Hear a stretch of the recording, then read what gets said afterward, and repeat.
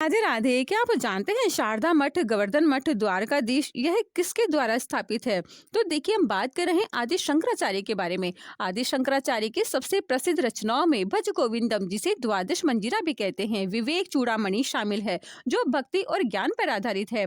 यह आदि शंकराचार्य जी द्वारा लिखित है, लेकिन इनके ब्रह्मसूत्र, उपनिषद और भगवत गीता पर लिखे हुए भाव वेदांत दर्शन के लिए सबसे महत्वपूर्ण है, प्रभावशाली मानी जाती है, क्योंकि खास कर ब्रह्म सूत्र भाष्य इनके सर्वश्रेष्ठ कृति है। भज गोविंदम को अगर आप एक बार पढ़ेंगे तो आपको जानकारी होगी कि कैसे ईश्वर के प्रति हमारी श्रद्धा, पवित्र भाव होना चाहिए। भज गोविंदम संसार के मोह से बचकर भगवान की भक्ति और उपदेश देने वाला एक सरल स्रोत है। विवेक चूड़ामणि इन्हीं के द्वारा लिखी गई है, जो ज्ञान और अज्ञान के अंतर को स्पष्ट करती है।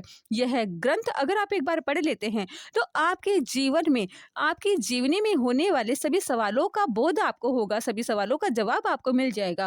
उपनिषद शास्त्री यह आत्मज्ञान और भक्ति पर विस्तृत उपदेशों का एक संग्रह है। आत्मबोध के महत्व पर जोर देने वाला एक शक्तिशाली ग्रंथ है। आदि शंकराचार्य जी 8वीं सदी के एक महान भारतीय दार्शनिक और धर्मशास्त्री थे, जिन्हें भगवान शिव का अवतार माना जाता है। आदि शंकराचार्य द्वारा भारत के 4 दिशाओं में 4 मठों की स्थापना की है, जैसे शारदा मठ, गोवर्धन मठ, द्वारका मठ और ज्योतिर्मठ, जो इस युग में भी सनातन धर्म के केंद्र बिंदु बने हुए हैं।